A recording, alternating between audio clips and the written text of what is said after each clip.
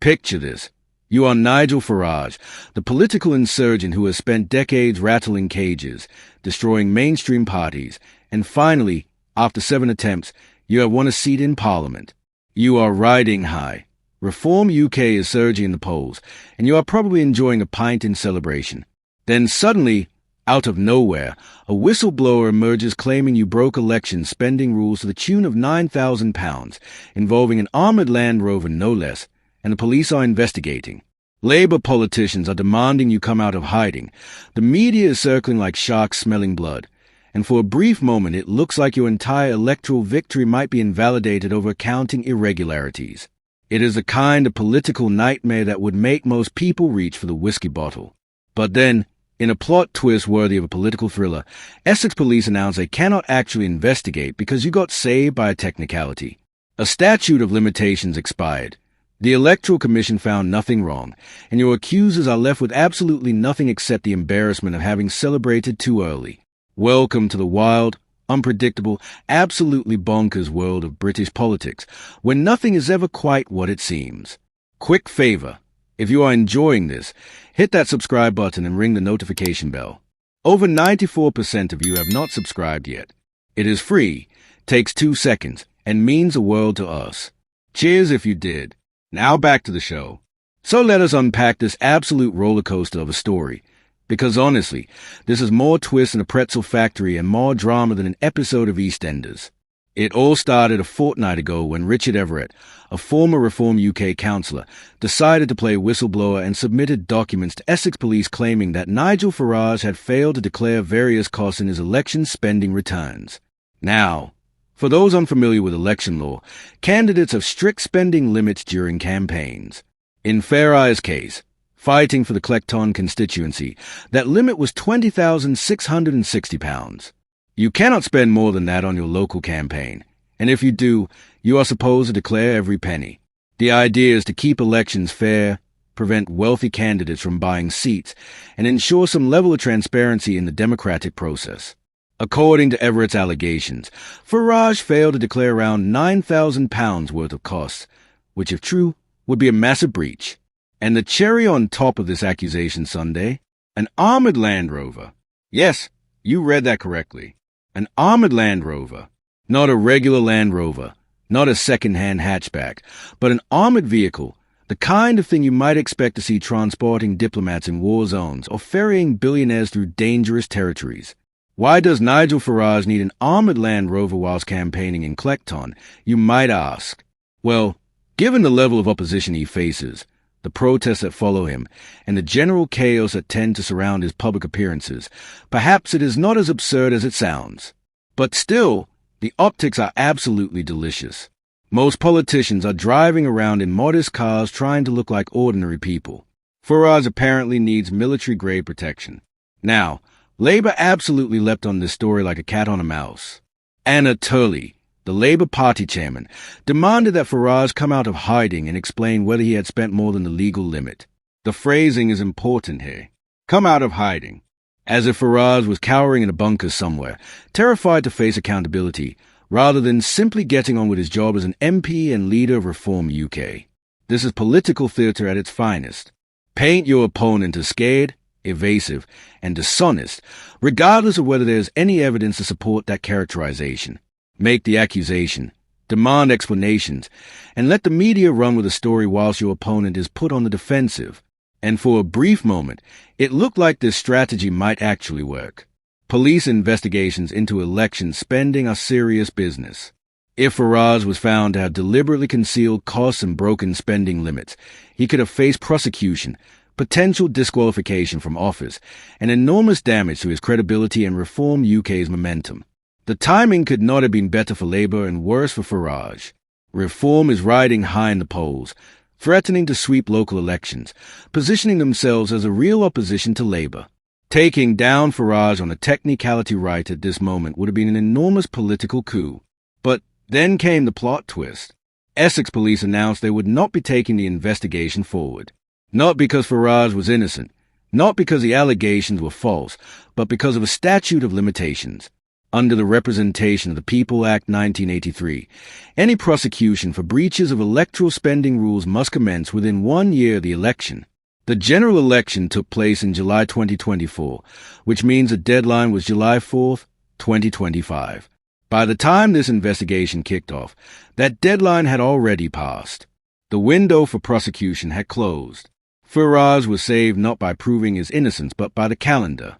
The police statement was brutally clear. We have assessed a report. We understand the allegations. But sorry, too late. Statute of limitations has expired. Nothing we can do. It is like watching someone get pulled over for speeding. The officer checking their watch, realizing the speeding ticket quota period has ended, and just waving them on with a shrug. Legally correct, but profoundly unsatisfying for anyone hoping to see accountability. But wait, there's more. The Electoral Commission, the independent body that oversees elections and political finance, also weighed in. They had apparently been contacted by Labour's Anatoly, demanding they investigate Farage's spending. After what they described as careful consideration, they concluded they had failed to identify any expenditure relating to Farage's election campaign in ction that should have been declared in Reform UK's national expenditure. Let me translate that from official bureaucrat speak into plain English. We looked. We could not find anything wrong. Move along. Nothing to see here. So not only did Farage get saved by a statute of limitations, he also got cleared by the Electoral Commission. That is not just dodging a bullet. That is dodging a bullet and then having the person who fired it apologize for wasting your time. Labour's attempts to use this issue to damage Farage and Reform UK did not just fail, they backfired spectacularly. Instead of Farage looking guilty and evasive, Labour now looks like they were making wild accusations without proper evidence, desperately trying to take down a political opponent through legal technicalities rather than beating them at the ballot box. And no, it gets even better. Because the story does not end with police investigations and Electoral Commission findings. We need to talk about Richard Everett, the whistleblower who started this whole saga. Reform UK did not just deny the allegations, they went nuclear on Everett's credibility. Their spokesman described him as a disgruntled former councillor and claimed he had been expelled from the party back in August. Expelled for what, you ask? Well, according to Reform, he was booted out over alleged sexually inappropriate behavior in the office. Specifically, the allegation was that he had stored sex toys in his desk drawer at the ction campaign office. Let that image marinate for a moment. A political campaign office, presumably filled with posters, leaflets, phone banks, and volunteers making calls to voters.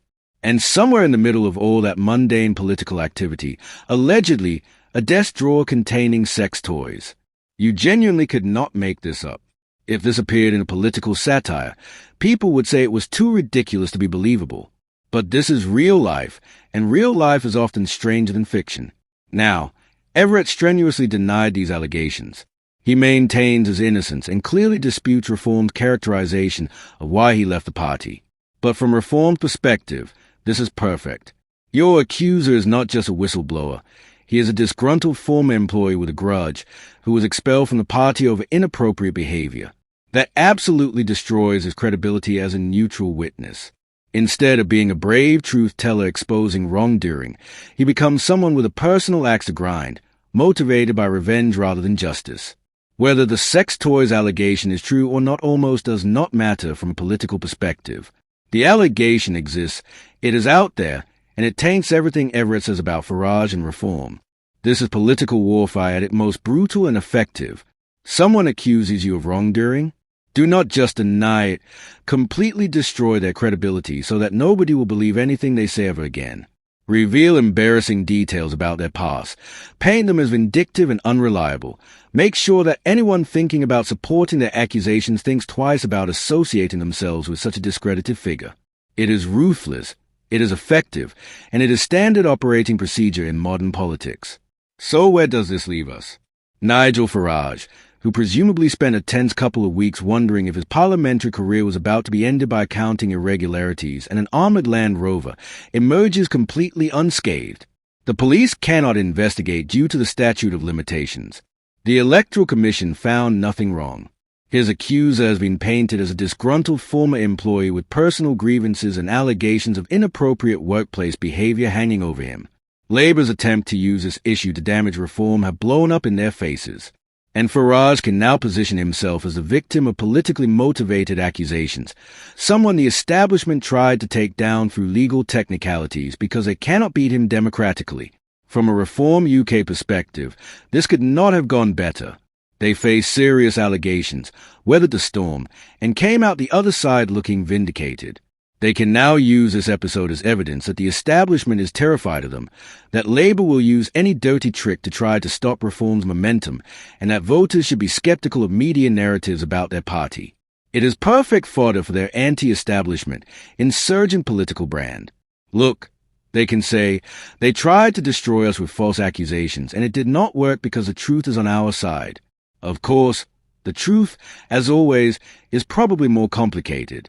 The statute of limitations saved Farage from investigation, but that does not necessarily mean he did not break spending rules. It just means he cannot be prosecuted for it now. The Electoral Commission cleared him, but their investigation was into national expenditure declarations, and the specific details of what they examined and how thoroughly they looked are not entirely clear. Everett's allegations might have been motivated by a grudge, but that does not automatically make them false. Just because someone has an axe to grind does not mean they are lying. It just means their motives are suspect.